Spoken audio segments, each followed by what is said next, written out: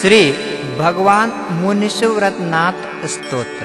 अधिगत मुनिसुव्रतस्थिति मुनिवृषभो मुनिसुव्रतो अनघः मुनि परिषदि निर्बभौ भवान् नुडपरिषत् परिवीत सोमवत् परिणतशिखी कण्ठरागया कृतमदनिग्रह विग्रहाभया तव जिनतपस प्रसूतया ग्रहपरिवेशरुचेव शोभितम् शशिरुचिशुचिशुक्ललोहितं सुरभितरं विरजो निजं वपुः तव शिवम् अतिविस्मयं यते तदपि च वाङ्मनसीयमीहितम्